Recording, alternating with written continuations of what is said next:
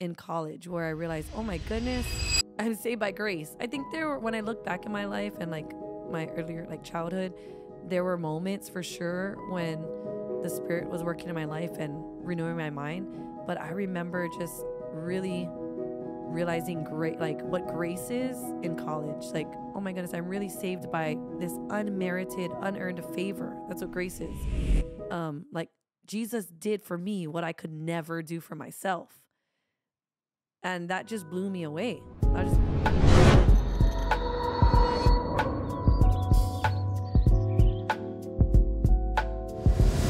Worship band.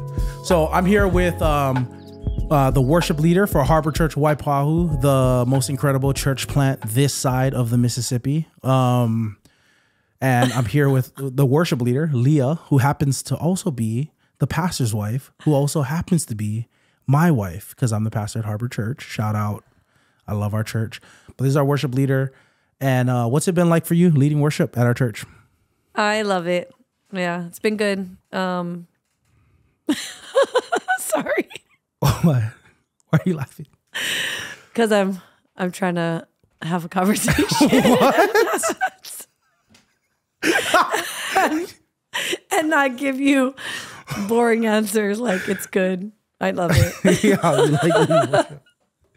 I'm glad you like it, because you've been leading worship for the last 2 years at our church. I really do enjoy it. Yeah, it's a huge responsibility. It's a huge privilege. But I do find it a joy. I love pointing people to Jesus through music and sound songs that have lyrics that remind people of the truth. And honestly, I'm singing to God myself and also for myself to remind myself in those times. It doesn't always feel like every Sunday isn't, woo, let's go, I'm ready to worship Jesus. Mm-hmm. But most Sundays, if I'm honest, are like, God, you deserve the worship. We're going to worship you, whether or not my emotions feel like it, or like whether or not I feel like it or not, and whether or not my emotions are like ready to go and I'm feeling it.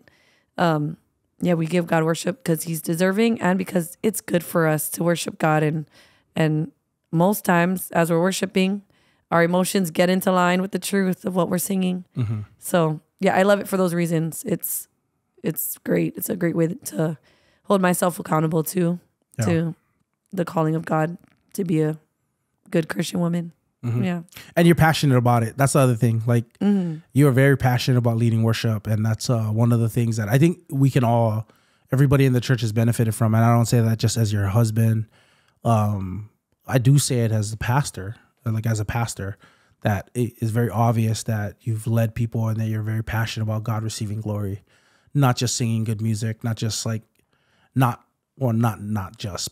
at all just wanting to entertain people, but to help people worship. So that's pretty evident. And I really wanted to jump on because we talked about, you were the first guest on this podcast. Sorry to ever watch that. That was a good episode. Oh. But one of the things that we didn't get to talk about, we talked about you leading worship and your approach to worship and things like that. And that's a passion. But one of the things that we never got to in that conversation was like what led up to it, like what led up to Leah, what led up to that point in your life. Because right now you are leading worship at our church, raising our 5 kids with me, and I'm doing it with you. You help me out a little bit. At least you're honest. Yeah. No, Thanks. I appreciate the help that you give when you can to help me raise the kids. Yeah, it's a team effort. Yeah. But you're also homeschooling them. And so I really wanted to talk about what kind of led you up to this point, because when I met you, it was an interesting time. And so if people don't know, you and I met on, like, I think it was La Kuokoa, October 28th, 2011. Yep. At a Bible study, and you were leading the Bible study. So just to let people know. So when I met you, you had just got back from a trip to Samoa. Mm-hmm. You were sharing that night, helping lead that group of college students, and you had already graduated. I was coming into the Bible study, got invited by a friend, and that's where I met you. Mm-hmm. And I think from the jump, like I could tell that you were really passionate about the Lord. You're passionate about reaching different types of people. you were servant-hearted, and you were very passionate about culture, and not only your Samoan culture and your Hawaiian culture as well. And that's kind of the group you're involved in as well. You're reaching those people from all over the place, all over the map, except for the mainland United States. But we'll talk about that later. However, it's true. So coming from that, so I met you that night, but as I got to know you, the thing that really blew me away was where you were at was not where you had been. Meaning that you had said no to a lot of different things. I found out that you went to Stanford. I found out that you were an engineer at the time, and you had kind of given up a career in engineering for a short bit in order to serve God more. And so before that, you stepped back into the field later, but it was interesting to me that someone would work very hard, go to a really good university, make really good money, and then say no to that to volunteer at this little Bible study. But it said a lot about your character. So I wanted to get into why you would make a decision like that, why you would make a decision to kind of focus on raising this family, leading worship, because there are a lot of things in this life that we can say yes to, but it does mean a lot of times saying no to certain things. And you said no to a lot of really, really good things, And so I wanted to just get into that. And so what was it like for you just going all the way back, like growing up? You were raised in the church, you weren't raised in the church. What was it like? Yeah, I was raised in the church. Sorry, thanks for that. I'm just giving people a recap history, so why we want to talk about it. You're better at telling my story than me. Should you just interview me about you? Yeah. Because, you almost brought me to tears. Just helping me remember, I guess, my walk with the Lord. As you're just sharing that, I'm thinking, I really am living my dream. Like, what I'm doing now is, I think, what I wanted back in 2011. Like, this was my heart's desire. And let me remind myself right now, because these days are hard and sometimes overwhelming, but this is what I've prayed for, better than what I prayed for. But yeah, if you want to go far back, or maybe just like a little history. Can I give a little bit of a story that really gets me? That like I said, connecting back to when we first met, because when I first met you, you've been that person, just kind of like, that's what brought us together. I think we met at a really good time when both of us were like really following the Lord. For sure, because I think if we met earlier, we would not have liked each other. No, you would have liked me. I highly doubt that. Oh, were you into good-looking people? Remember, I didn't think you were good-looking when I first met you. What? But you said I'm good-looking now. Christian walked into this Bible study with his very tight La Kuokoa shirt, okay, with this long ponytail. The shirt wasn't tight. His muscles were bulging out of the shirt. What can I say? He was very fit. I'll give you that. You were very fit. Your shirt was tight. Your hair was very long. Were you wearing glasses at the time? I was wearing glasses, yep. You didn't need glasses, but you do need glasses No, today. I did need glasses. Okay. I needed glasses for my lectures. Yeah, I did. Because I'm thinking about it. I'm like, I don't remember you ever wearing glasses after that day. No, I wore glasses. I wore it for my lesson. Yeah, I was wearing glasses. Okay. But I didn't wear it at DePaul because it was literally 16 people in one class and we were right there. I was not impressed in our first encounter when he first came in. But I just talked about how I was impressed the first encounter. You can't go, I was not impressed. I was not. I spent the whole intro talking about how I was impressed, and then you're like, but I was not impressed? Really? But you knew I wasn't. No, you... Okay, wait, I'm talking very first encounter. You were impressed like once you found out about me. Give me that much though, okay, right? All right. I wasn't impressed. I'm talking about like the very first encounter. Yeah. This is the story we usually tell, like when we first met. You were talking about like when you got to know me. Yeah. Right? Yeah. Okay. So don't make me look that like the villain now. I'm talking about like when we first met. Okay. Sorry, but okay. I actually interrupted your story. Okay. Yeah. Well, so as I got to know you over the next couple months, one of the things that was interesting was, you tell the story of like, during that season that I met you, you were very dependent upon God coming through. Like I remember, you just like praying like that you would have gas money. And what was funny was, and I think we would go back and go like, yeah, we wouldn't necessarily make the same decisions we made. For sure. But it was interesting to me that you were at that place when a year before you had started a career in engineering, or a couple of years before you had started a career in engineering and were doing really well. And so that's a year, less than a year. Yeah. No. So that's why I asked, because, like, what was it like for you growing up? Because it does seem like you were very driven growing up, you know, and you still are driven. And when I met you, you were driven, but it was towards different ends, I guess. Yeah. And so what was that like for you growing up? Like, how were you raised? And yeah, that's a good point. Yeah. So growing up, I was very much driven academically and athletically in athletics. Those were like my big pursuits. And I think I kind of viewed God as like, there was never a time growing up that I can think back to when I didn't believe in Jesus. I think my parents did a great job of raising me in the church and in a Christian home and telling me like the gospel. I grew up knowing the gospel and who Jesus was. So I always think I believed that he really was who he says he is in his word. But I kind of saw God as like far off. Like he gave me these rules to follow. This is the way to life. Like I believe in him for my eternal salvation. But right now, while I'm on earth, let me do my best to make him proud and be a good person. I think that's how I viewed him. And I just saw him as like helping me fulfill my goals and my dreams. And then I think there was a big switch in college where I realized, wait, I wasn't made to live for my own glory. I was made to live for his glory. And there was a big,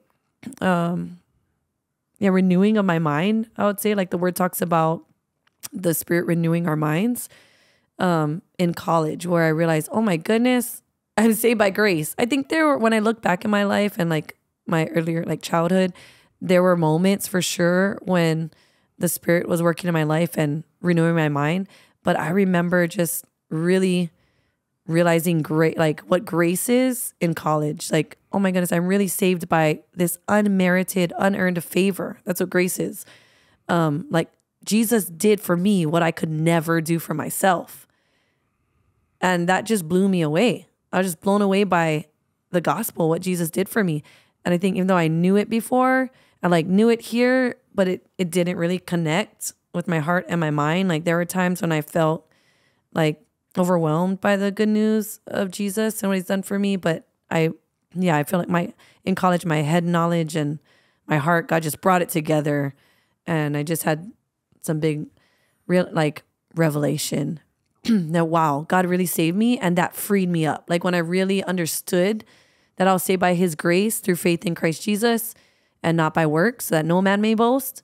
Like that freed me to do good joyfully and like not feeling like there was any pressure to do good because I needed to do good to be perfect. Like when I realized like I don't need to be perfect, I wasn't called to be perfect, like that was so freeing.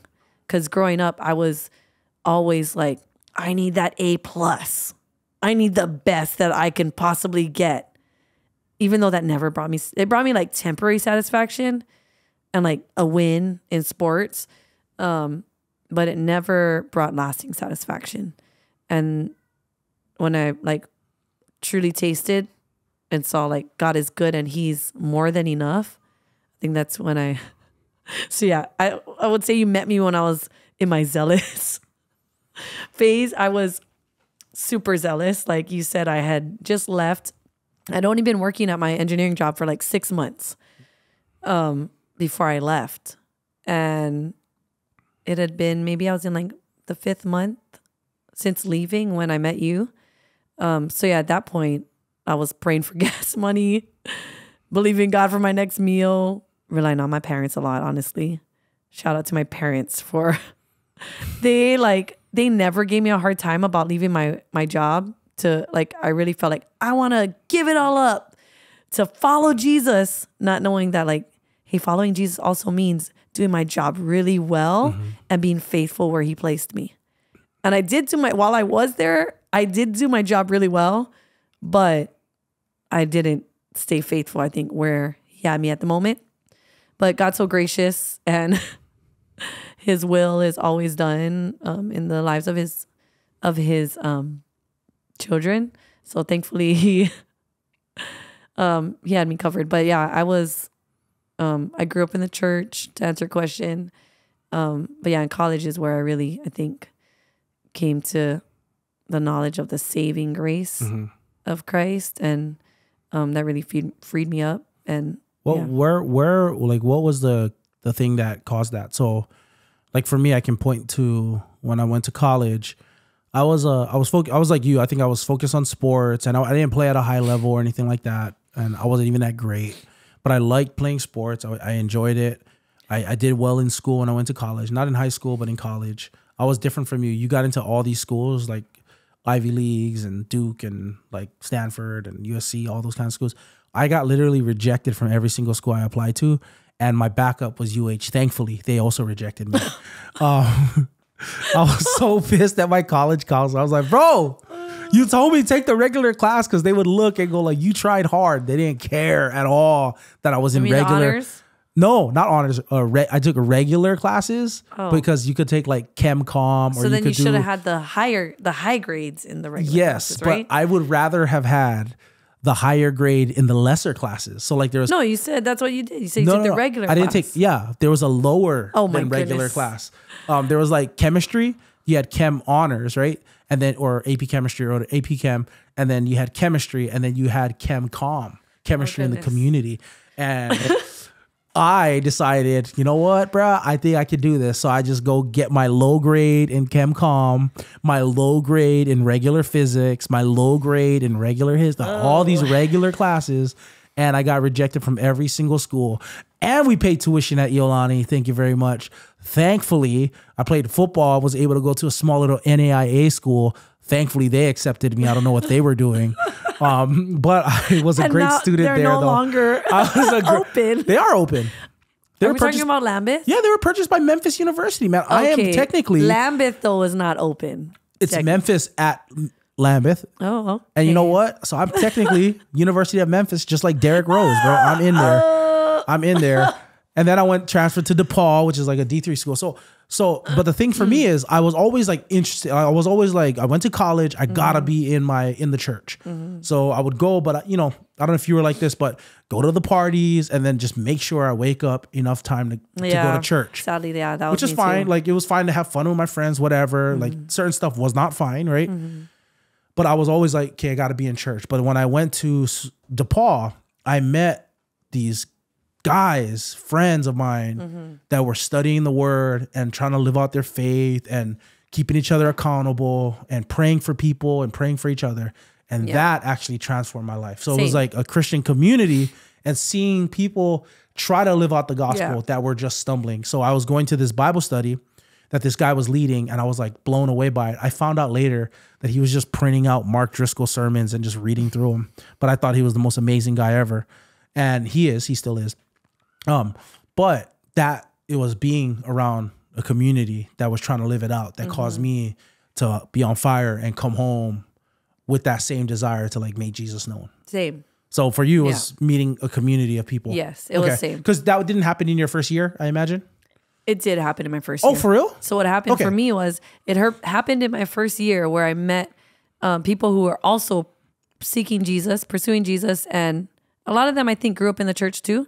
But I think a big thing was getting in the word together.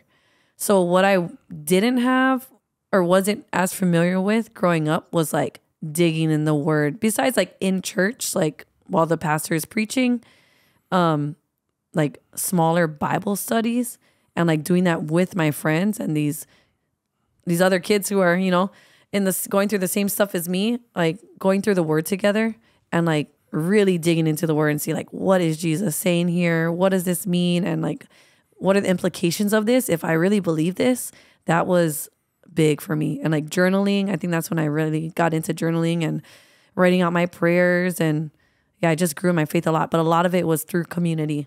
And then also like through my campus fellowship, like they would provide rides to churches and just help me find a local church to be involved with.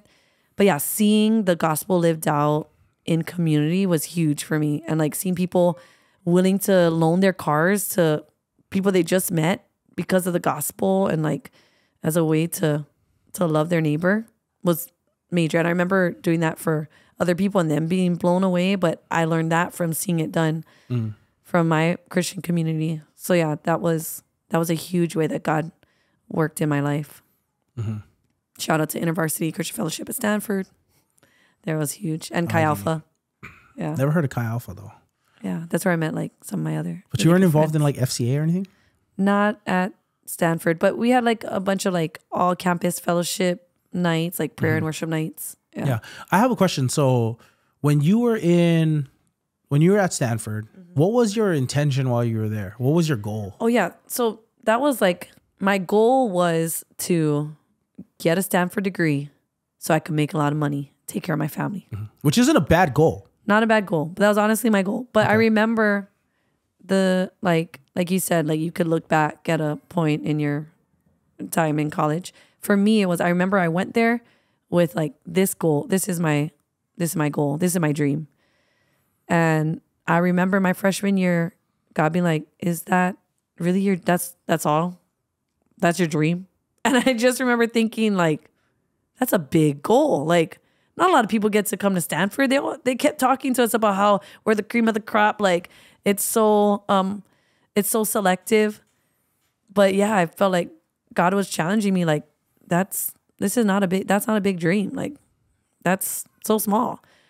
And just realizing like God had so much more, like knowing God and getting to live for his glory is so much bigger. And the dreams that he had for the things that he planned before time, like the word says, the good works that he planned before time for me to walk in were so much bigger and better than the worldly aspirations that I had. But like you said, they weren't bad goals.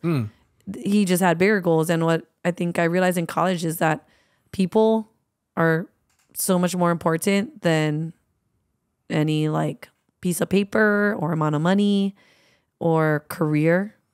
And so that's when I really started to like focus on like, how can I serve people around me? And yeah, God just really changed my perspective in that way. And then also, but even just going back to what I said earlier in our conversation about I'm living my dream right now. Like like you mentioned about how I like left my career at the time, like early on after college.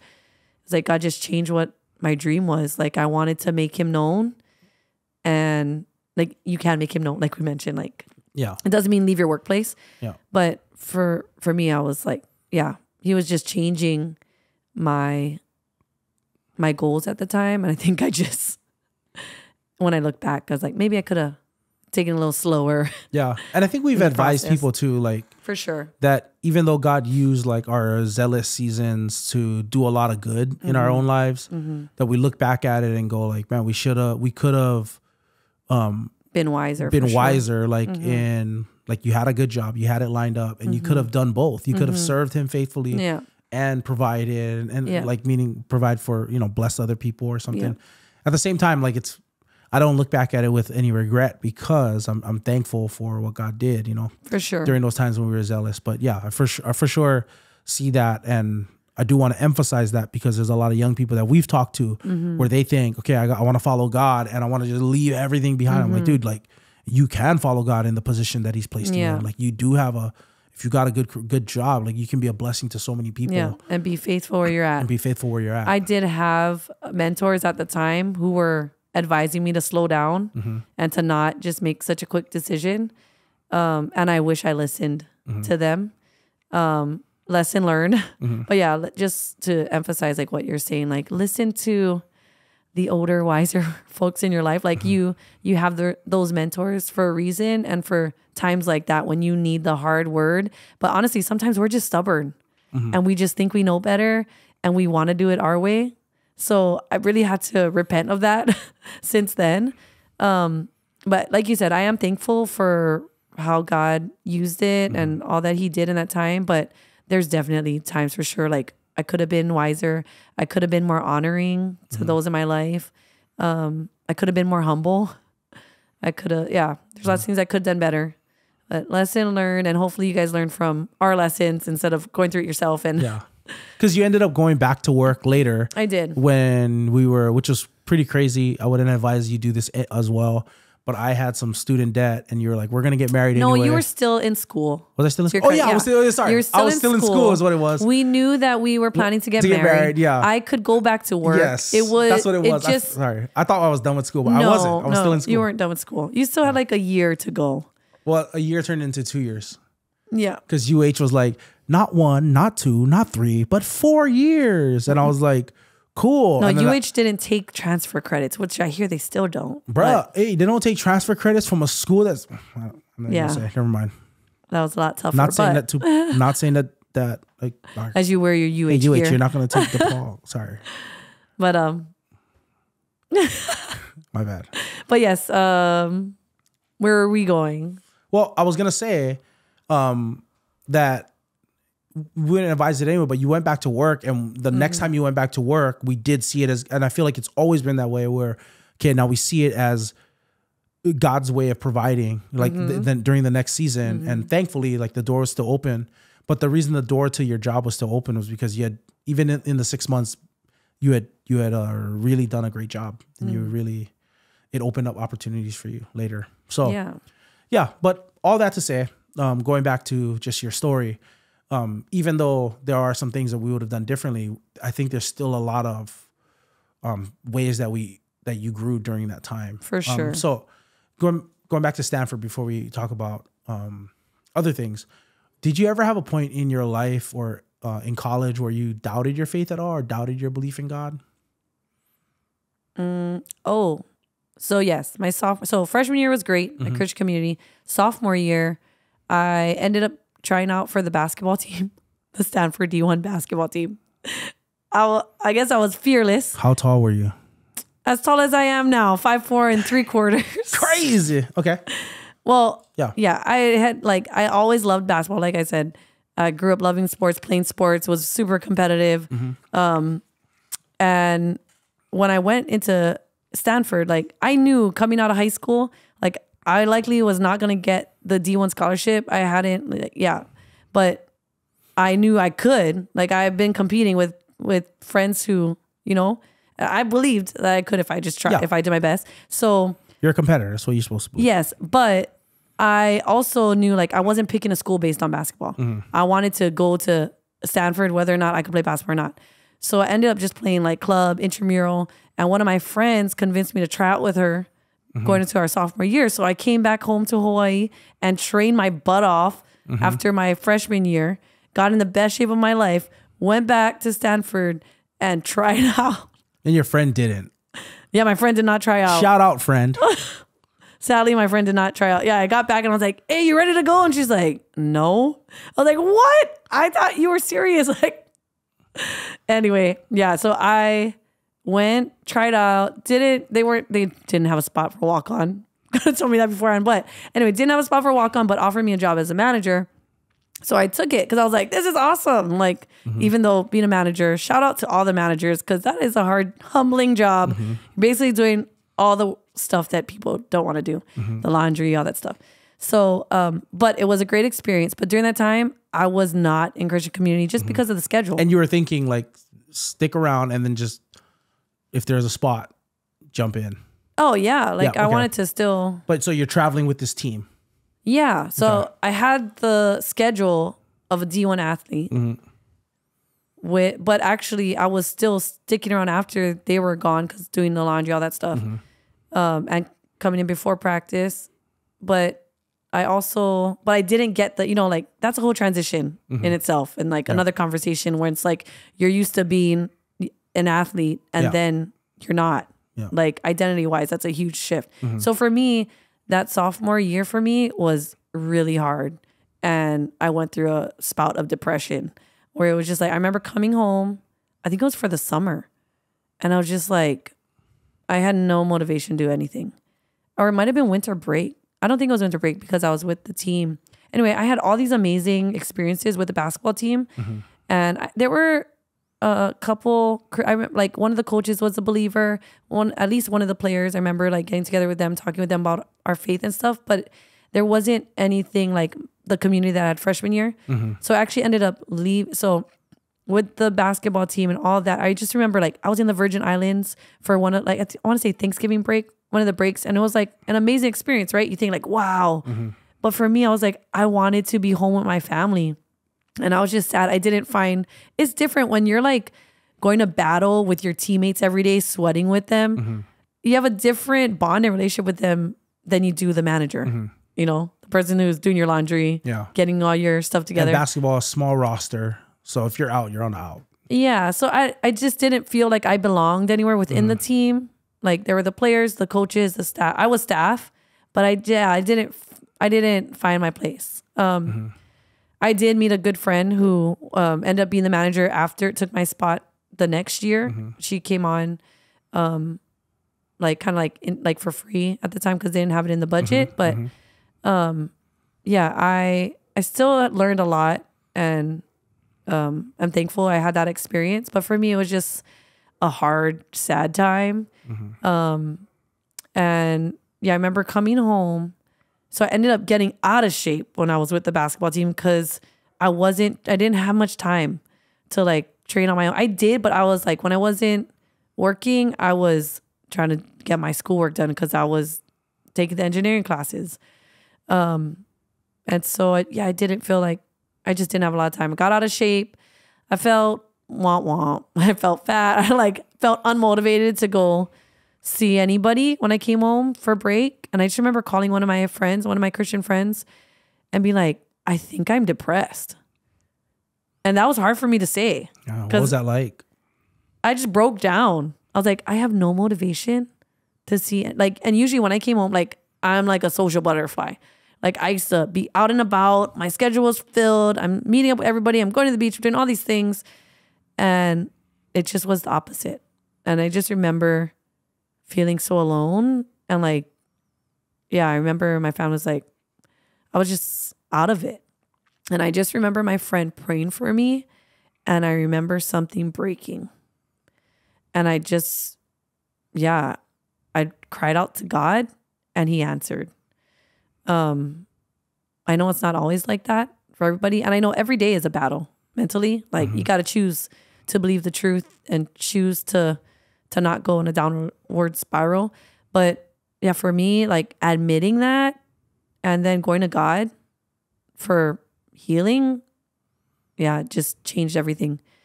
But I think I had been in that for like months, feeling that way. So how'd you get out of that? Besides like, so they prayed for you and... It was just over the phone. My friend prayed for me. I felt like something break, and I just had to not work my way out of that, like believe the truth. I just had to, one step at a time, believe the truth and believe that my identity and my worth is not in what I look like, what I feel like. Excuse me. But in what God says. And so I think it was remembering the truth, because it wasn't like I hadn't heard the truth before. It was like, and then getting back in community. So for me, I ended up sharing that story because for me, that's what helped me choose to not continue with the basketball team for the next few years, because they thought I was going to stay on. Like for them, they said I did a great job. Like they were surprised when I told them I wasn't going to come back the next year. Because they didn't know like where I was like mentally and emotionally and stuff, and how I was feeling. But for me, I knew I needed Christian community. And so it was worth giving up that basketball dream. Yeah. So it really was that I had to give up the basketball dream to do what was best for my health, like spiritual health, and also I think God was doing a lot in that time, like giving him my dreams. And then look, I got to go to get a Final Four experience and all of that, which was super cool and amazing. It would have been even cooler if I was like a player, but yeah, it was awesome. I got a ring and a bunch of memorabilia, which was really cool. Yeah, I still don't have the ring. That's another story. Let's not tell that story. But like I mentioned, I was very zealous. Yeah. And ended up giving away that ring as a Bible illustration on a youth group. To someone who doesn't find the successful young college youth leader and tell them that God said that they need to give whatever they have to you. they might do it. Don't. Just kidding. Don't. But here's the thing.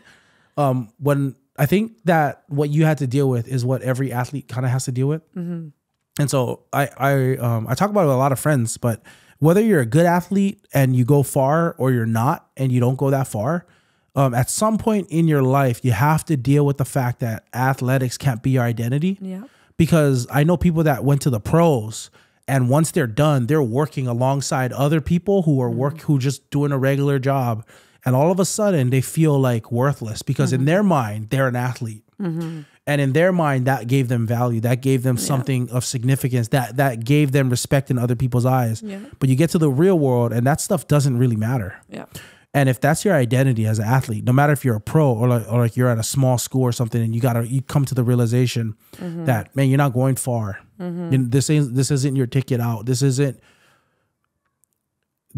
your way to significance, right?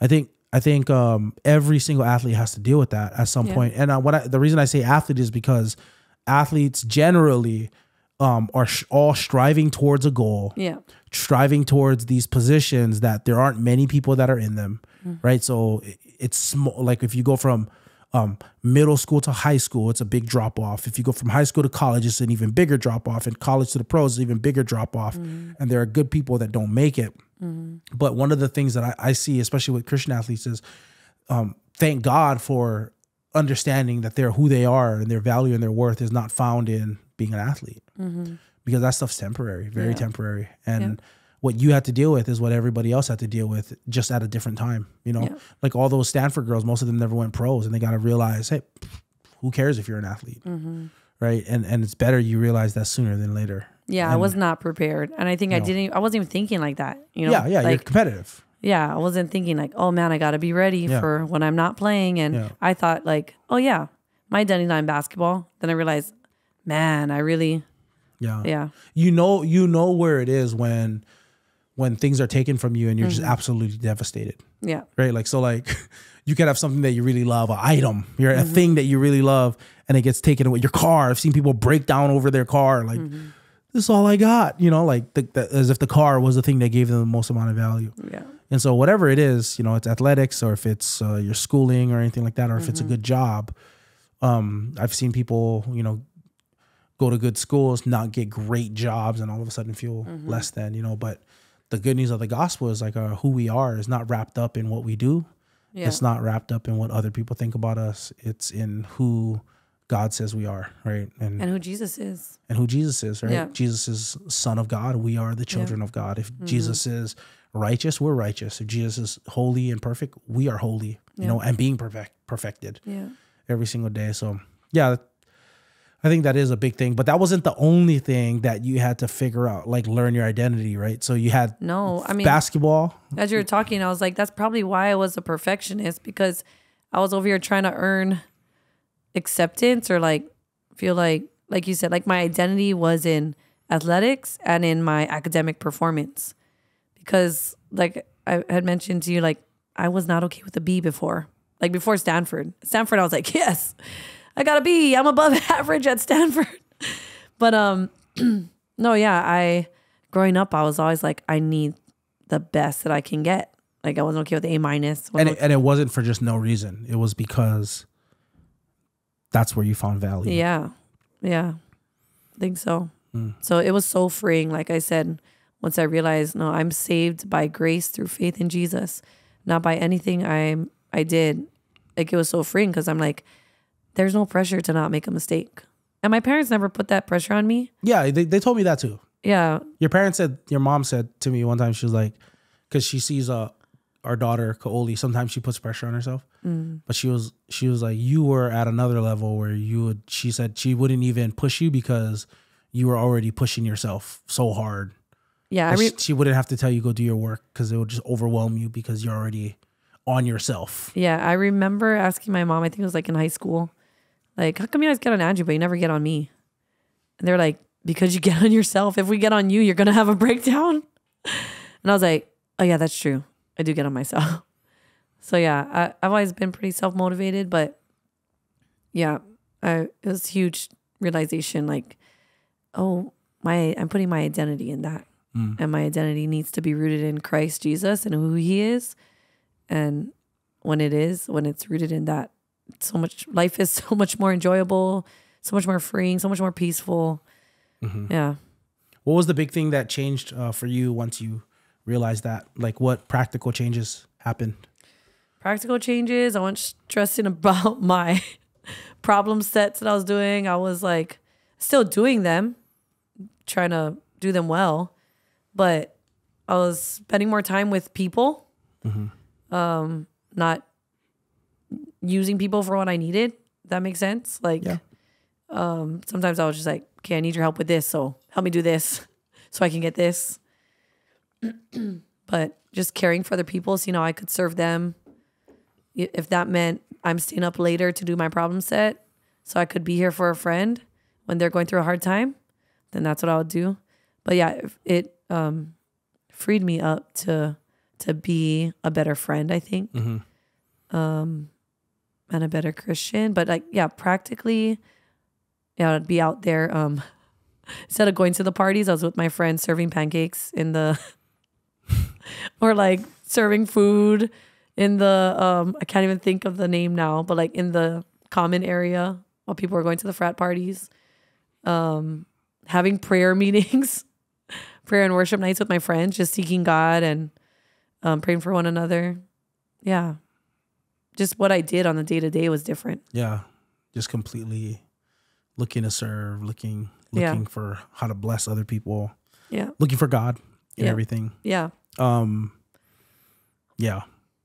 When I think it's funny because when you're in that season, you just can't imagine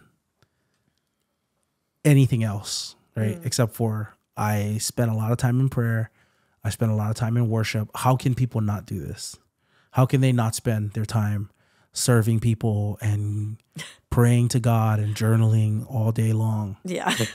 And it's funny because we're in that season and then the season leaves. And then you realize, man, you should have appreciated that season way more because not like that season doesn't last of like overwhelming. Like for some people it might, which is great, but overwhelmingly, like I'm just overjoyed. Like at every single thing, I just want to just worship God all day long. But there's like, I think it was Nancy Wilson talked about it. Doug Wilson, Nancy Wilson. Just some pastors don't agree with everything they do, but I agree with some of the things. But she just talks about having an ordinary holiness, like a lot of holiness and a lot of pursuing God later on looks ordinary. And a lot of times when we're younger, we read and we hear all the testimonies are flashy. Yeah. All the stories of missionaries are amazing. All the miracles that you hear is always one miracle topping another miracle, topping another miracle, right? Like Jesus walked on water. Well, I ran on water, right? Like this is kind of like, well, okay, that's interesting. But there's this idea that as you get older, holiness becomes more, it's ordinary. It's the regular everyday things. It's, because right now you're not having prayer nights all the time, even though there are some people in church that would love for you to just have a prayer night with them. What does it look like now for you following Jesus? Now it looks like raising my children to love him, to know who he is, to enjoy him. Yeah, discipling my children, being a good wife, supporting my husband how I can. Doing everything. That's one thing I wanted to mention earlier in the conversation that came to mind. Like, worship isn't just singing songs to God and about God on a Sunday morning or going to church on Sunday, but worship, we're called to do everything as unto the Lord. And so, like you're talking about ordinary holiness, was it? Yeah. But just in everyday things, giving God our best. And those are our sacrifices of praise. It's like changing the dirty diaper, doing the dishes to serve my family, taking my kids to their sporting events so they can be on time, like teaching them good habits, helping them build good character, leading them in the way that they should go so that they don't depart from it when they get older, helping them to build good habits. Yeah, that's what it looks like now, like praying for my children, praying for my husband. What's the, so do you feel like you're missing out? Even so, you're working right now. Like you work from home. You homeschool our kids, but you also work from home. Being a copy, I forget. I'm what a you technical do. writer. Technical now. writer. You're a technical writer, and you've been doing that from home. And praise God for the opportunity for you to do that. But do you feel like you've lost a bit, that you've given up so much in the sense of like your career? Not at all. Like, okay, sorry. Yes. Explain, like you had opportunity to be, you're an engineer by trade. That's what you did, and then you could get a PE. You could be a professional engier. But you could. I should already be a PE, but I'm not because of the choices I made. But you could do that, right? But you don't feel like you're losing out? I feel like what I have now, like I'm content where I am, and for me personally, like what I gave up, like this is worth it. Like to me, I don't feel like I'm missing out, but for sure, if I wanted to have a career, but I think what God's called me to here in my home and to raise my family, I don't know if it's okay to say that the higher calling, but what God's called me to, and I'm thankful for it. I am super thankful that I do still get to do the job that I do. I love my job right now. So I still work for the same company that I like interned with from when I was still at Stanford. I'm super thankful for that job and that I still have a good relationship with the company. So yeah, I left after we had our fourth kid, and thankfully I came back on as a technical writer. So yeah, my background is in structural engineering, and I was a project engineer. But yeah, I love what I do right now, and I'm thankful that I'm able to help bring in some income for our family while still raising the family, and I can do it from home. So I really love the setup we have right now. Yeah, I don't think I say absolutely not. Like, I feel like I had to give up anything. I did have to give up something. Like, even the word says, consider the cost. And to me, it was worth, like, or what I'm doing now is worth leaving any other, like, career aspirations, like doing it full time. I'd rather be where I'm at than in the office or managing projects. Oops, sorry. You're still a project manager. Oh yes, I managed a lot of projects in our home, but not the same scope of work as I was used to before. Yeah. What have been the biggest challenges just being a mom? The biggest challenge is I used to think I was so patient. And then I had kids and realized I'm not that patient. Yeah. Or it's easy to be patient with people who are giving you their best or like on their best behavior. But yeah. Yeah, it's easy to be patient when patience is not required. Yes. Yeah. That's a good one. Like it's just like with your kids, when they're following the rules, you feel like, man, I really am being patient right now. It's just like when you're not in traffic and you're just driving and somebody's speeding by because they're late to work and you're not late, you're 30 minutes early. You're like, I can't believe they're so impatient. But when you're 30 minutes away, but you're 5 minutes past the time you're supposed to be there, all of a sudden there's no patience. Right. And so patience is something that everybody struggles with, but just it reveals itself when you're dealing with people that won't listen to you, or that struggle with like basics. For sure. So yeah, but that's probably the biggest struggle right now is staying faithful and disciplined. I realize a lot of things my kids struggle with, I struggle with. Yeah. And so yeah, kids are just like a mirror, and I have 5 of them. Oh yeah. And so just trying to help them, I think, learn and grow while also learning and growing. And so in our home, we're honest, and repentance is a big thing. So, and being honest with our kids, so they know that we struggle. And so trying to show them the gospel in that way, that like, hey, mommy and daddy need the gospel just as much as you do. And so being willing to humble ourselves when we need to, which is like every day, and ask their forgiveness also for the ways that we fall short, and being a witness to them in that way. And that's not always easy. And then, there's so many times in the day that, at least for us, we have to reset and help our kids reset by us resetting and telling them like, hey, like we need to not keep going down this path of being short with each other, but let's do this. And then seeing the fruit of the gospel and it's fruit of the spirit, like peace and grace and joy. Yeah. So if you struggle with patience, like I struggle with patience, why homeschool your kids? Why did we decide that? Why do you think? Why did we decide we have this? time to go into Why this? did we decide to put that on ourselves? What was it? Well, It was during COVID, first of all, and everybody was acting a fool out there being on Zoom. No, I think it was before COVID. Oh. Right before COVID. We wanted to try it beforehand. We heard and have seen great families who have homeschooled. By the way, we've also seen great families go send their kids to school. So we're not saying for sure. We grew one up is better than the other. We grew up going to school. We grew up in the public and private school systems. Yeah, for sure. And but we heard great things about it because we were looking at all our options, right? And so we had the opportunity to try it. So we did. Kaoli's been our guinea pig. We tried full on homeschool, like 100% homeschool, like just us.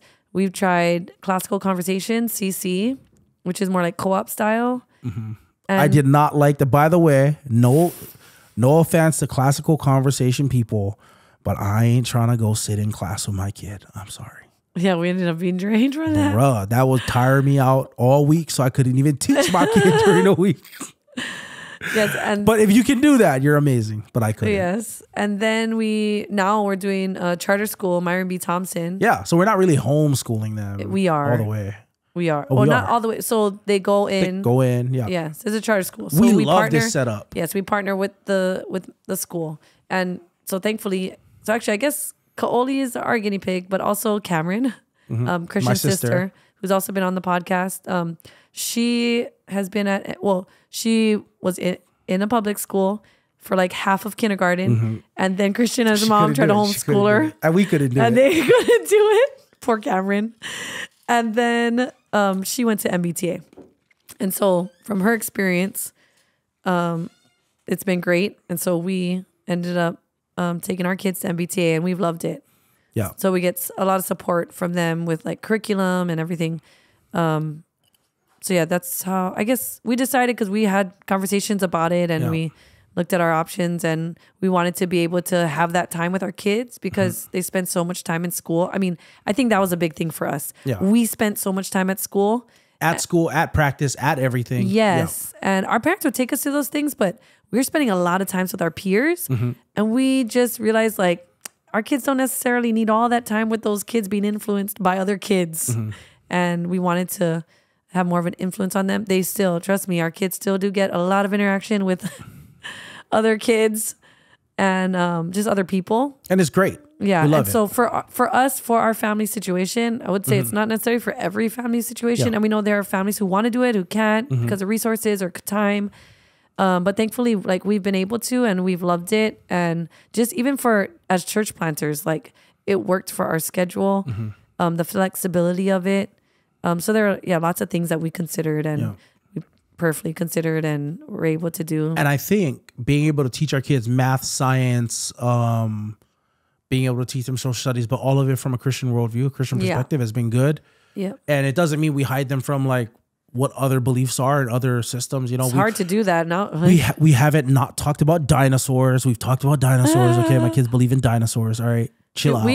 We have had to talk about things that we didn't want them to know about already. Yeah. Because of just like the things that they see in the world. Yeah. And so, but we're able to shape the conversation, and we're able to give them a good perspective, and we're able to push and prod into why they believe what they believe, and ask them questions about their faith. And also, I think the biggest thing is we're not just sending our kids out to deal with the things in the world on their own. We're shaping it. We're helping them see right and wrong, and everybody comes from a perspective. There's a teacher everybody want to be neutral, but there's no neutral person in this world. Everybody has a worldview and a perspective through which they approach everything else in the world. And so for us, a big thing was just having a Christian perspective. Yeah, on we things. didn't want to chance it. We know there are teachers out there Amazing who are excellent teachers, and we love know Jesus. that. Yes. But yeah, we didn't want to chance it on like, because you never know who your kid's gonna get. Yeah, and it's fine. Like if you can, like, and I'd say that no matter if you send your kids to school, public school, private school, or wherever. And the other thing for us is we couldn't afford private school. Okay. Leah decided to come home from work. That's why she was an engineer, and then we could afford private school. No, but then also there are scholarships out there, and there are scholarships. We got some, thankfully, but we didn't take it. Okay. Yeah, because we still would have to pay. yeah, we still have to pay. But the big thing is for us is like time with our kids, time with our kids, and we've seen just from my sister, right? Like how she had learned to study on her own. She learned to learn how to learn skills that, like just going finding information, right? Instead of just reading about animals in a book, let's go to the zoo. Let's go to Sea Life Park. Let's go, to the beach. Let's go field trips, right? But so but also awesome. Like with that, we've been able to like focus on like our kids' learning style, different learning styles, and like they're not in the classroom. I mean, they're home a lot of the time, but they're able to do different things and like just even thinking down the line, like what our kids will be able to do with the time. Like a lot of times they finish their curriculum stuff pretty quickly, and then but like you said, like they're able to like do more hands-on learning and like application outside of the classroom setting. What are you looking at? You're distracting me. No, nothing. Oh, I think I'm just excited because I'm like, and then like PE, Tonu gets to go run 2.5 miles every morning. Oh, right. If you want, like that's PE, physical education. You don't get that anymore. Yeah. But yeah, so for us, it just worked out. And I think that I'm thankful that you and I came in an agreement and that it's worked out. We've tried different things, and not to say we won't try other things later. Yeah. But for now, take it 1 year at a time. 1 year at a time. Yeah. Also, I do like teaching. Like, there is an academic in me. Like, I do like problem solving, and so that's been fun to do teach them math and science and all these things, and see how they learn and be able to teach them how to solve these problems. Yeah, I've enjoyed it. So I think that's another thing for us that works for us. Yeah. Can I do another plug just for the approach we're taking? Sure. Our kids go to practice, everybody, fresh. They're fresh. They can go. I don't know about that. Ezra falls asleep on the way to practice. He's been playing video games a little too much. That's why. But I think that seeing the kids like be able to do their work and have time to do a workout and then rest before they go to practice has been pretty cool. Oh yeah, but also they're able to sleep in. Yeah, they're not having to. Yeah, like so that's what I meant by like flexibility. Like sometimes we have late nights because we host Bible study at our house, or we have like different events we're going to, and they don't have to wake up at a certain time. Like they're able to sleep in, and we do the schooling like after they've gotten rest, ate breakfast and all this stuff. So yeah, I just like the flexibility of it. And that's just us. So, but there's other ways to do it, and a lot of people do it different ways. And but I think it's been cool to see, and I think that it allows you to deal with our kids, and like you said, learn about our kids more. We can see how they learn. We can see what they struggle with. Yeah, you're not just. I know, like it's tempting to like. There's days when I'm just like, I'm gonna send you guys to school so I can get a break, but I think that's like the easy way out a lot of times for us. Yeah. For like sometimes it can be like, I mean, just as a parent, sometimes, I mean, I see so many memes about it, so many reels, like just wanting a break, but that's like the hard work of parenting. It's like, and when I think about it, like I only got, like with Kaoli, she's 9. We only got 9 more years with her. Yeah. And I'm like, really, I need to be thankful for the time I do have. And even though, like, yes, there are times when I need to woosah, like breathe, but like, yeah, just being thankful for the time with them and like resetting and like enjoying and making the most of the time we have with them. So yeah, but it hard work. Parenting is hard work. Yeah. One of the coolest things that I feel like we've been getting to do, just as with our kids, they love sports too, just like we love sports. They like their extracurriculars. But I think the perspective we have is we're more aware of like, that the end could come at any time. So I think it's been cool for us to instill in them just go after your dreams, go after your goals as hard as you can, and also rest and know that if you never reach them, we're okay. Yeah. Like, we love you. God loves you. And then that's not the end. Like, that's not the even end. if you do reach that, Yeah. like, you can't be looking for your satisfaction in that because it's not going to satisfy. So I've been able to teach that to them from a young age, I think is huge. But then also, like, you get like little, like, it's not like they're waiting to learn that but they have like little accomplishments on the way too, right? One of the things I think Kelly, when I had her on, Kelly's on staff with us, and she's a UH legend. She's in the circle of honor now with her team for 2010. 2010. Yep. And so she's awesome. But she said that one of the things that she would tell any athlete is that the highs that you experience in your sport or in your career are not going to compare to the highs that are going to come later. Like the highs of parenting, the highs of the different wins that you're going to have in life, buying your first house, have your getting married, like all these other highs are just so much greater than anything you can experience, as an athlete. So don't look at your athletics as this is the pinnacle of who I am and the pinnacle of what it means to live a meaningful life, that there's a lot of meaning to be had after. There's a lot of joy to be had after, I think a lot of times you go after a goal and no matter what you have, and you missed your goal and you feel down about it and you think that's the end, but it's not, Yeah.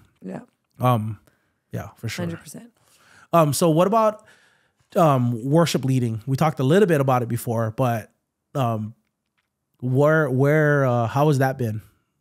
Leading worship, and how'd that come to be though? Oh yeah, you I didn't always grow lead up. worship. Yeah. How did that come to be? Oh, I've always loved music. Growing up, my auntie was like our choir director.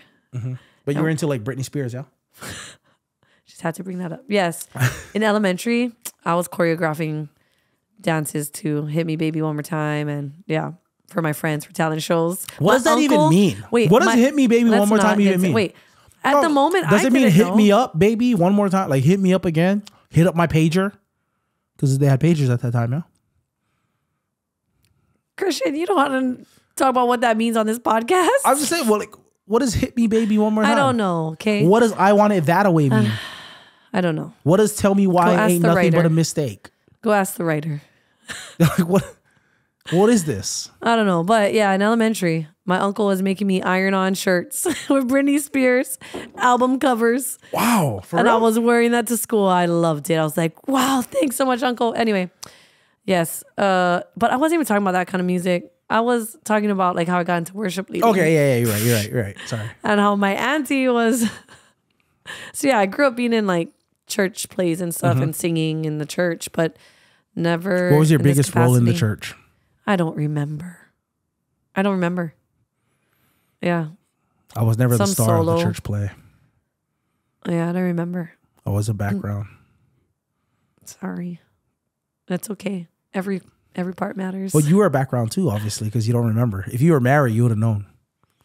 Yeah. No, I think there was an adult as Mary. For real? Yeah. Okay. I'm sure. I think I was an angel one time. I don't remember. You were in the background too. Yeah. I'm saying. Yeah, I don't remember. I had a solo here and there, but okay. So you were into choir as a kid. Yeah, and then at Kamehameha, you just have to sing in high school because song contest, which I loved. So that helped as far as like. Do you guys set aside time to practice that? Yes, for sure. Wow. Like you guys have whole days dedicated to it? Yes, we have song contest practice. We have schedules based around, rehearsals. Like on this day is this schedule because you have practice from this time to this. Yeah. Well, I'm glad we set aside time at Kamehameha to sing songs in that academic institution. That's cool. It's part of your cultural learning. Singing a song? They're all Hawaiian songs. Anyway, let's not get into all that. All right, just checking. Learning language because there's language award. Yes, you're learning parts. There's a lot. Okay, is song contest better than the We Are Samoa festival that we went to? That's comparing apples to oranges. No, it's comparing two competitions of two different cultures. Two different cultures. Yeah. Which one's better? I like them both. Equally? Well, I'm biased. Towards what? Guess which one I'm biased. Samoan culture. No, I'm biased towards song contest. Oh my God, really? I grew up doing song contests. I didn't grow up doing the We Are Samoa Festival, but I love it. I wish I did. I wish ILH had a poly club. Yeah. When we were in school, because I would have loved to participate in that. Yeah. Would you dance? Would you guys dance? You guys dance at song contests? If you're in Ho'ike. Oh, but you guys don't really be dancing and stuff like that, like doing performances, everybody. entertaining the crowds and things like that. Just singing They songs? do if you're in the Ho'ike. Okay. Yeah, performance. But yeah, I didn't do No an 36-minute performances like with choreographs. Now moves, you're trying to action. No, they were. For real? They would practice. Have you ever watched song contests? I've never watched song contests. Yeah, you need to watch song I've never seen song. I've never seen it. You need to watch. Also, it's a whole cultural thing. Huh? This is a whole cultural thing. Actually, I think song contest beats out We Are Samoa Festival What? because, or I mean, at least this year's one. Oh, don't put this on but I'll tell you why. Because song contest, everyone who's in it, or like majority of the people, they're taking it serious. Everyone's trying to win the competition. We Are Samoa, you see, like you can see who's been really practicing and putting in all the work, right? Like there's some that, although I guess everybody's putting in work. It was awesome. No, everyone's putting in work. I'm just saying. There were some performances that were like excellent above the others. Yeah, it's true. It's true. Like you could tell they've been putting in work, like just their synchronization, like everything, the whole, yeah. I didn't mean to make this against We Are Samoa versus song contest. Well, you did. I was just checking your opinion of it. Yes, guys. This is just my opinion of it. My opinion of We Are Samoa and I know Festival I'm not an expert on either. So. I've never seen song contests in my life. I do watch Mary Monarch sometimes, but no, you don't. Yeah, I support like, that guy that never wins. That's who I support. I always watch his things before we get into everybody's a hater and they don't want him to win, but I think that he should win. You know, the Hawaiian Art School in San Francisco, we need to shout him out because I think that you should win one time. I think that you should let him win. The podcast. Why doesn't anybody like him? He's awesome. I didn't say anybody. Anyway, we need to give them an award. No, I'm just saying, don't say that he should win if you don't know if he should win or not. I just watch it and I'm always impressed. But one of the things I will say was it was really cool to see even whether it's Kamehameha practicing your culture, Hawaiian culture, or We Are Samoa practicing your culture. I think it's really nice. It's really amazing when people do practice their culture. For sure. And so stop making a competition. No, it's not. It's not about Hawaiians versus Samoans. It's not about Hawaiians versus Samoans. And they're both great. And both of our and kids. Also, you know what? We Are Samoa Festival. It's not a competition anymore, right? No, it's just a celebration. Yeah, see, that's what I'm saying. Like song contest, it's still a competition. So everyone is everyone is practicing for I want to say it's months, and like every day, at certain points. But yeah, you're putting so many hours of rehearsal time, and everyone is taken seriously. Like We Are Samoa Festival, it depends on the school, right, and the club, how much time they're putting in. But I think they did. I was really impressed with. I was impressed with. I was gonna say I loved We Are Samoa Festival. Yeah, We Are Samoa Festival. I was really impressed with Radford. I was really excited by ILH because I didn't know they would have one, and I wish they had one when we were there. We'd been in it. But it was awesome to see like. I am curious. Maybe someone can comment why St. Louis doesn't just combine with ILH. Oh, that would be a huge team. Because even though I like most of the guys on the ILH in the ILH club are from St. Louis. Yeah, I feel like not most of them. There's like 3 of them or something. There were only like a handful of guys, but they were good. Like, and I want to say most of them were from St. Louis. Yeah, all of them were good. But Radford, I thought that was special where they did they kind of called back to the first Samoans that joined the Navy from Samoa, and it was really cool. I think that they should show that to all the military families. I think they would appreciate, because one of the things that, and I don't know if it's because like when you look at Radford and how they did it, but that is a thing that naturally Samoans have is there's a pride in America as a country. Like I think, but it's probably because they served. I don't know. Like they were really everybody was like really excited to have the American flag and the Hawaiian flag and the Samoan flag, and celebrate the cult, like that first group of people that came over and joined the Navy. I thought it was cool. So yeah, watch that performance if you're in the armed forces because you're gonna cry. You're gonna cry, and if you're Samoan, you're gonna see it was amazing. But they put in a lot of work for that, and I don't even know how we got on this topic. You asked me how I got into worship. Oh yeah, how'd you get into worship?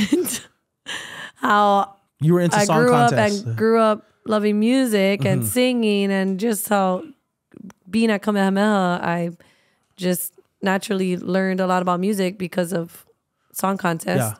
Yeah. But that's where you got stuck. Okay. But then, no, so a lot of like any, like as far as musical training, like I didn't get any, like outside of that, any professional training. Well, besides from Rocky Higa. Yeah. Huge shout out to Rocky Higa. But no, yeah. So that was in high school. In college, I mentioned before, we would have like worship and prayer nights just with friends. But even then, I wasn't leading worship. I was mainly like more so leading like the prayer times. And then I think it was when I came home. How did I start? Oh, I was just worshiping with friends. I think that's a thing. When I think about it, now that I think about it, music is in your blood. Just loving music. But I think that's also like a Polynesian thing. Yeah. So yeah, there was space or like a need for at Harbor where we were serving at. Yeah, for worship. But even the church we were at before that, I had joined the worship team. And even before then, like the church I was at, maybe it was with the youth. Yeah. I was, there's a need they needed someone to lead worship. So I was leading worship for the youth group. Yeah. Where I was serving. And then, I think that's how it started. And then I just got into leading worship and either singing on worship team. And then there was a need for someone to lead. So I just filled the need. What's the, when it comes to leading worship, what is the balance between wanting to engage your heart? Like, like there's some people that everything needs to be spontaneous. And if it's not like flowing from like just an overt feeling of emotion, that it's not real. What's the balance between that and like order, structure, and rehearsing? And I think order and structure is necessary to allow for those moments. I think it's important to, like, we talk about doing our best, like for the Lord, and doing everything is unto the Lord.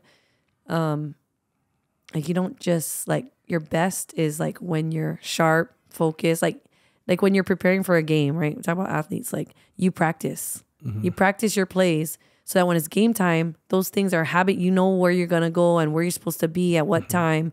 And like, you can just call something out and you'll know. Like, I think we should, like, if we do that for a game, we should be preparing even more so for leading God's people to worship him. So when it comes to musical worship, and even like if you're a musician, like you rehearse for your gigs. You don't just show up and like, hey, I'm going to go play whatever I feel like. Yeah. Or I'm just going to go wing this. No. And if you have any performance, like anyone in or out of the church knows this, like you prepare. If you have an interview, you prepare for that interview. So yeah, I've always been a firm believer in really good preparation. And I find that really good preparation allows you to perform really well when it's game time.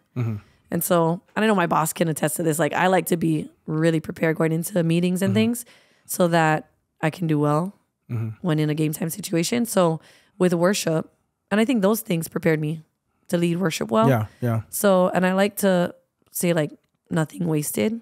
So meaning like, and I think it's a way to honor people and their time, because I don't want people to come to a worship rehearsal. Everyone got families and other things they could be doing. And if we're coming unprepared, if I don't send you the song sheets, the chord charts, so you can rehearse beforehand, if I don't come with things prepared and we're just putting it all together there, it's a waste of your time. Like, I'm going to make the most of it so that we're coming and we're putting the puzzle pieces together so that we're making the most of our time. We can go back to our families and stuff, but still this was a fruitful time. And so for worship, like even with song selection, with song keys, trying to choose keys that everyone can sing in, choosing songs that are in line with God's word and his truth so that it's actually fulfilling the purpose of edifying the body, edifying the believers and encouraging one another in our most holy faith. Like, yeah, just trying to do all those things. Sorry, I'm forgetting what your question was. No, I was just talking about the balance between doing well, being prepared and being spontaneous. And I feel like when you're well prepared, it allows space for those spontaneous moments to be really fruitful. and really aimed. Yeah. And purposeful. Yeah. So like if you know what the plan is, or like, because even I tell our team, like, we have a plan, but if like it never goes according to plan, like 100%.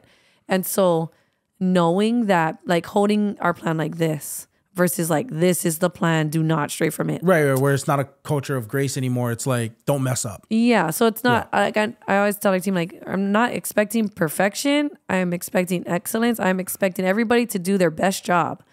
And when we mess up, there's grace for that.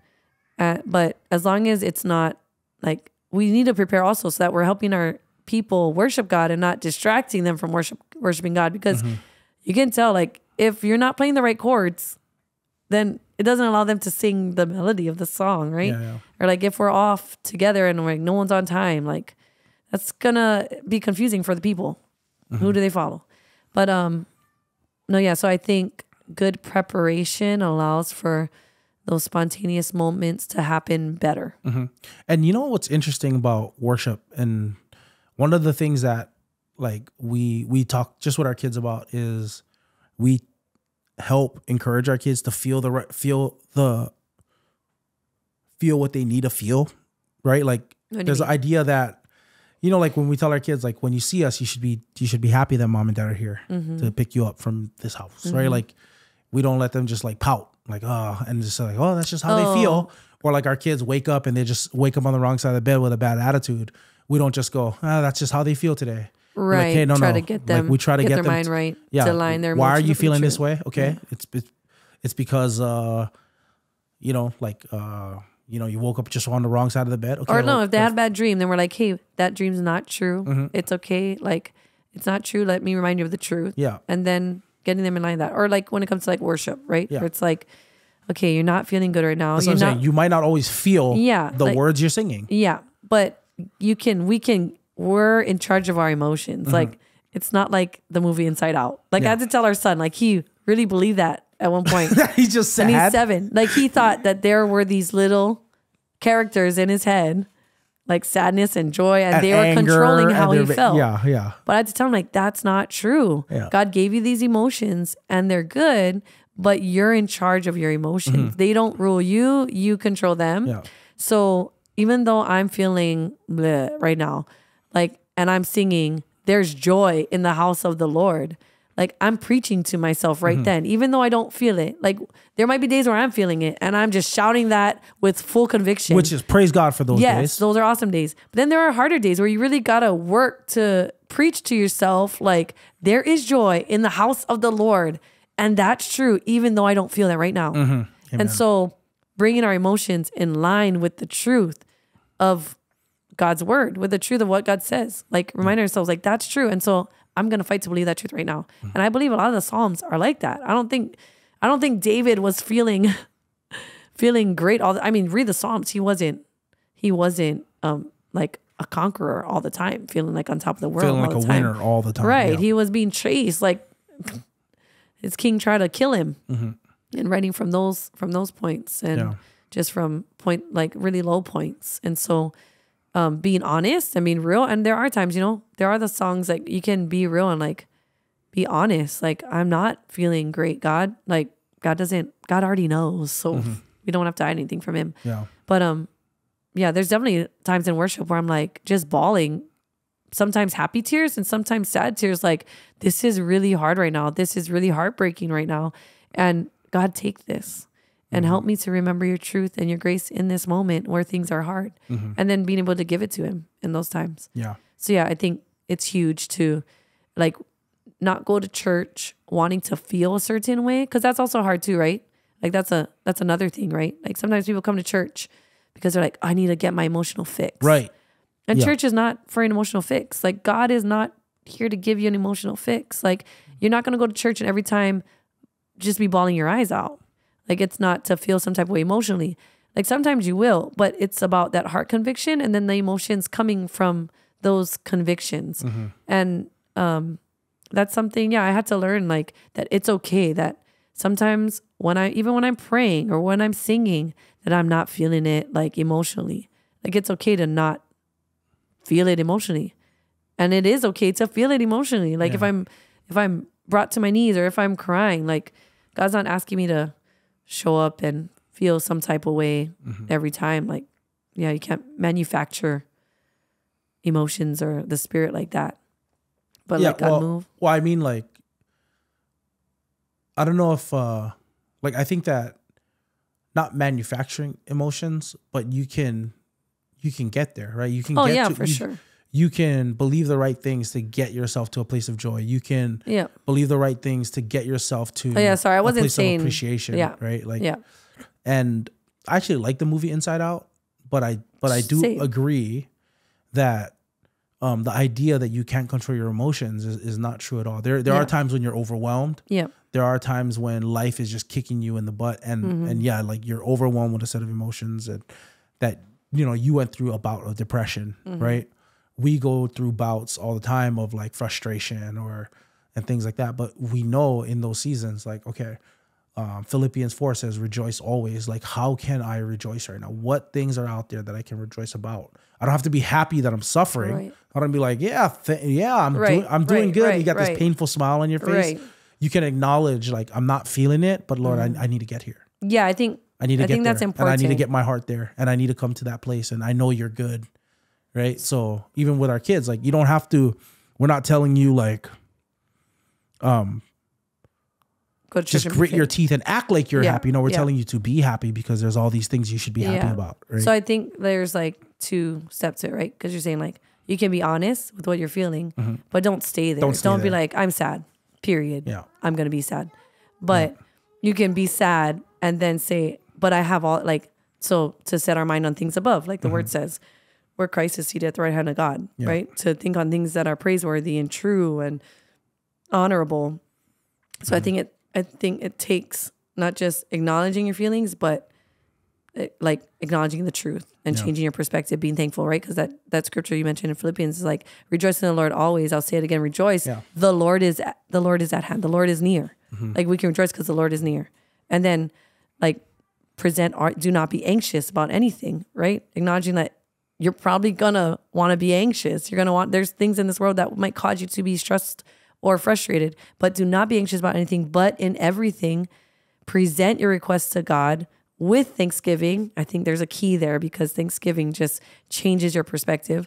And the promise is that the peace of God, which surpasses all understanding, will guard your hearts and minds in Christ Jesus. And that's huge. And so I think it requires, following the Lord in that way, submitting your emotions to God and His truth. And thinking on being grateful. I think there's lots of that unlocks a lot of things, like gratefulness, gratitude. Because it's hard to complain when you're busy being thankful. Yeah. I think about Paul in prison. We're going through Philippians right now at church, and so you think about him in prison, and he's writing this letter in Philippians, telling the church to be joyful, telling the church about being hopeful, being content, and all these things, while he has his feet shackled to the ground. Not necessarily asking that his circumstances would be different. And that just shows you that, man, whatever situation you're in, you don't have to be, he's not going like, yay, I'm in prison. Right. But he's saying, man, God is using this prison to unlock doors. What would you say, just looking back at those times, like that time when you were sad, depressed, or those seasons that in your life that you felt low? And like, what advice would you have given yourself if you were giving yourself advice?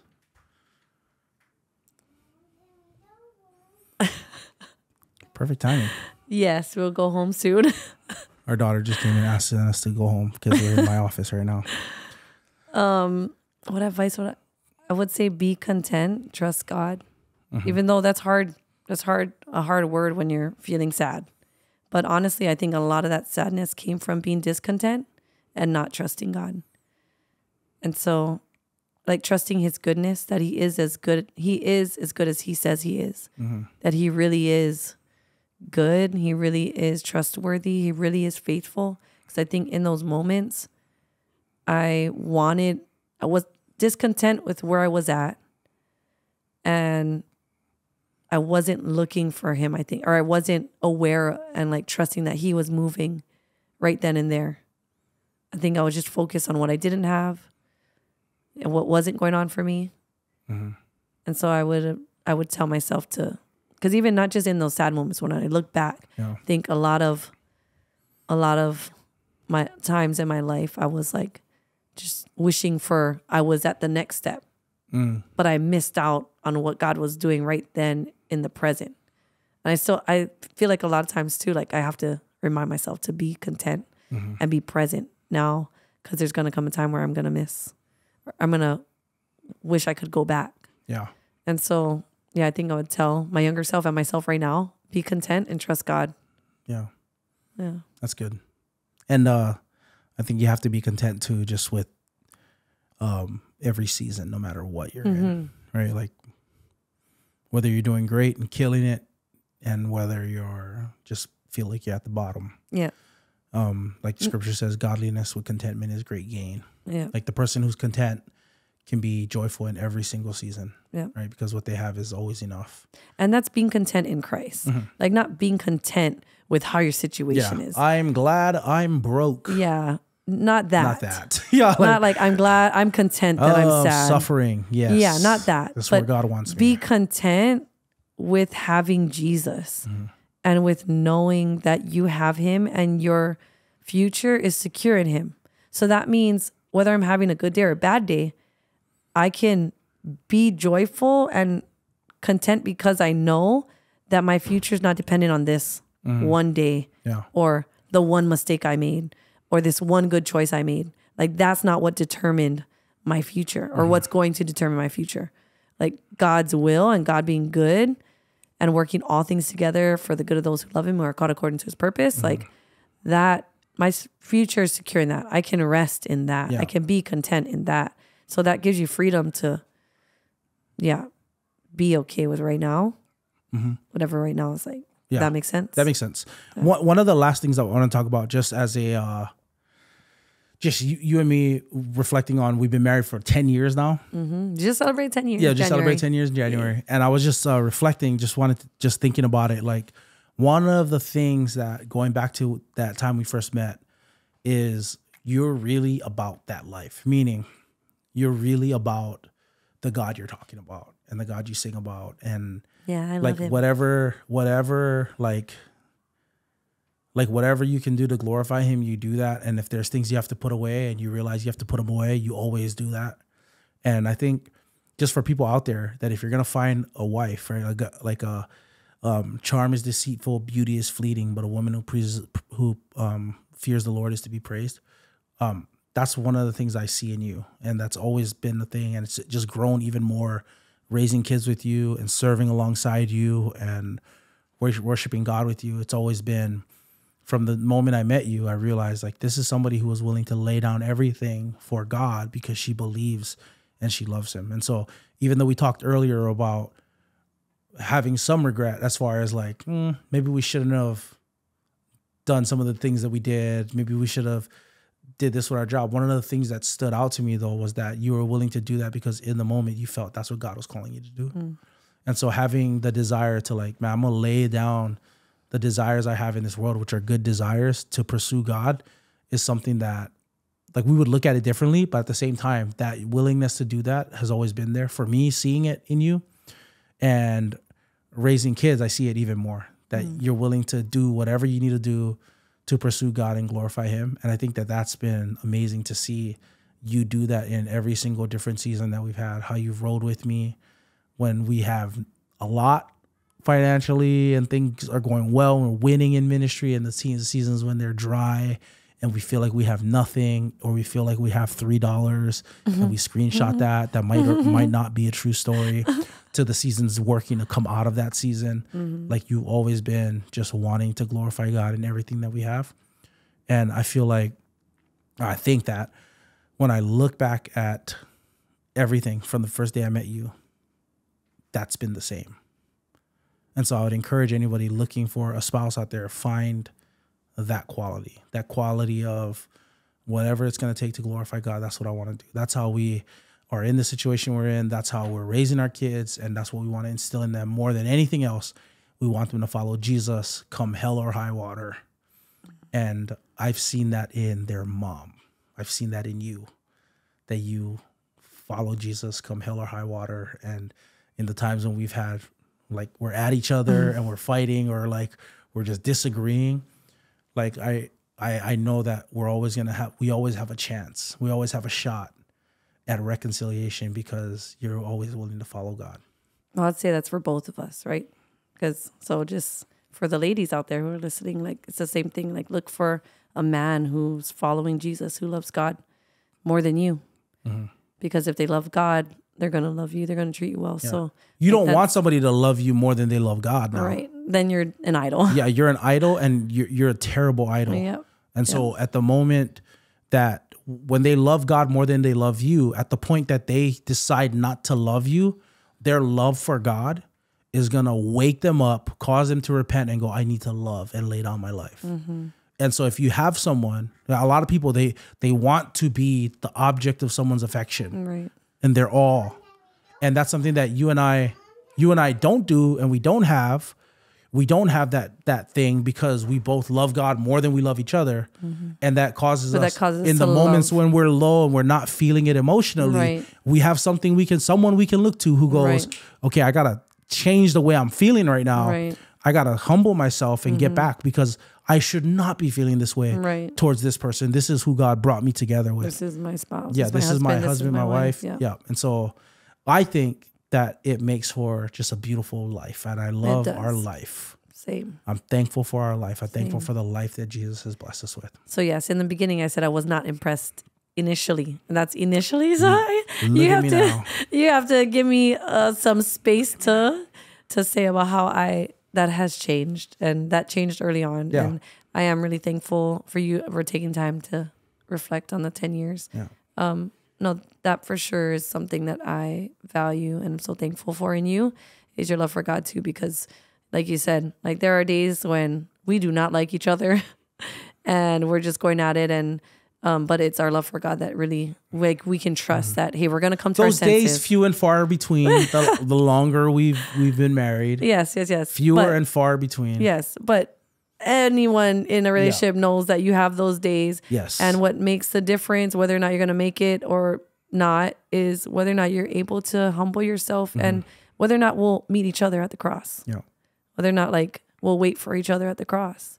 Like, whether or not we'll humble ourselves. And that's something that I think you and I, like, are able to trust about each other, is that whether it takes a second or hours, thankfully not days, but we're going to come to our senses. We're going to come to repentance. At times it did take days. Yeah. But we're going to come to, that's why I said, thankfully not anymore. Yeah. And hopefully not anymore. Like, the more we mature, but like we're quicker to repent. But yeah, just find someone who loves God and is humble, like is willing and able to humble themselves. And that's something I'm so thankful for you. Like, just as my husband, ladies, find a man who is willing to humble themselves before the hand of God. Yeah. And doesn't need to be humbled. But yeah, who stays humble and follows Jesus. Yeah. Because if he's following Jesus, then he'll love you well. Yeah. At the same time, if you're looking for Mr. Perfect, he ain't out there. Yeah. Okay? He's not there. I looked, can't find him. If he was out there, I would want to be his friend. But apparently he doesn't want to be found. He is as elusive as Bigfoot. Oh my goodness. As mysterious as the Loch Ness Monster. So stop trying to find Mr. or Mrs. Perfect. They're not out there. For sure. And the sooner you can realize that, I think that's one of the most beautiful things about our relationship is we never looked at each other and went, okay, they fit all our needs. Right. All our wants and desires. But what we saw was someone else who, and I think we can both agree on this, right? That we saw in each other people that love Jesus and would do anything to serve him.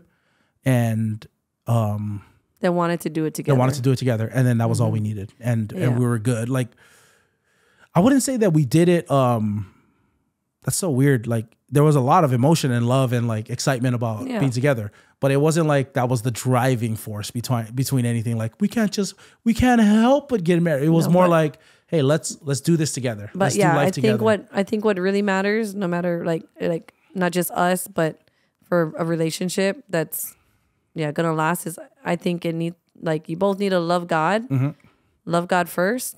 And then also you need to be just committed to each other. Yeah. Committed to loving God together no matter what. Yep. And whatever story you have, this is Leah and I's story, meeting at a Bible study, but it doesn't have to be your story. Yeah. It doesn't have, this is probably not your story. Yeah. Doesn't need to be. Your whole, the way we raise our kids, the way we do things, doesn't have to be your story. Yeah. What has to be your story is looking to God. Yeah. Okay. But it's going to look different. Okay. You can find love in a hopeless place, like Rihanna says, and that be the place where you met and the place where you start, but that doesn't need to be the place that you need to be. For sure. Right? So however it started, God is a God of redemption. God can redeem whatever situation you're in. If you're in a marriage where like you can't imagine possibly getting through it, look to God and he'll make a way. Yep. He'll make a way. And I think that, yeah. Maybe I just wanted to say you can find love in a hopeless place. You probably did want to say that, but okay. But you just can't stay in love in a hopeless place. Well, you can try. It's not going to end up well. And you're going to be sitting in the office deferred with makes me, the heart sick. and we're going to be counseling you, Anyway, praying for you. let's end this on a good note. Oh, yeah. God bless the broken road Oh my that goodness. led me straight to you. Oh, Every my long goodness. lost dream led me to where okay. you are. Okay, never mind. Others who broke my heart, they were like Others northern who star. broke my heart. They Okay. were like northern stars, This is why, pointing me on the way. this is why I lead worship and not into you. No, I'm your joking. loving arms. This much I know is true. That God bless the broken road that led me straight to you. We did it. I want to lead worship this week. I think you should take off. I Thank got you. this. Happy Mother's Day. Happy birthday to me. Yeah. Happy birthday. Happy Mother's Day. It's your birthday? On It's Sunday, your Mother's Day? you're going to lead worship because you and Zach, there we go. Let me just say this. I want to I wish I was Wayne Cordero. You know what I'm saying? Like Wayne Cordero, he preaches and then he just grab the mic and he'd be like, everybody, you know, God is great. How great is our... And then everybody starts crying and singing. I'm like, I wish I could do that, but I can't because I'm not Wayne. But you just did it right now. No, but the way he do it is like legit. Uncle Wayne Cordero, you're legit. I wish I could sing like him. I would. God knew. He gave me all this and he said, Keep you humble. it's too much. If I allow him to sing and dance, You can sing. I just don't know about the dancing. I can't even dance, yo. Yeah. I can't dance. You can. You can. What was it like? Just What was it not like really when on you a realized I rhythm. couldn't dance? Was it shocking to you? God had prepared me for those moments. You know, No, but did those you other see, dreams? No, are but just- when you saw me dance for the first time, what were you thinking? Like, I can't dance? When did I see you dance? For the I don't first know. I time? might have did the electric slide or something. I remember loved you before I saw you dance. But the first so. comment you made to me was like, you're like, you make the faces my dad makes when he dances. I did not say Yeah, that. like you do weird stuff with your face. That's what you told me. Hun, you told me that. Oh, sorry. You said I make weird faces when I dance. Dad, I'm sorry. I don't remember ever saying that about my dad. I don't know, but you said you definitely said I make weird faces when I dance. You definitely do. I try my best. Anyways, it was nice having you on again. Thanks for having me. I hope this was better than the first 2 episodes, guys. It was way better. And sorry, that was Ella for like Yeah, the third, Ella's fourth, calling. or Yeah, fifth we gotta time. go. Mommy, We gotta can get I out of go here. home? We got Bible study tonight. Yes, I need to go clean We're our out. house. Let's go.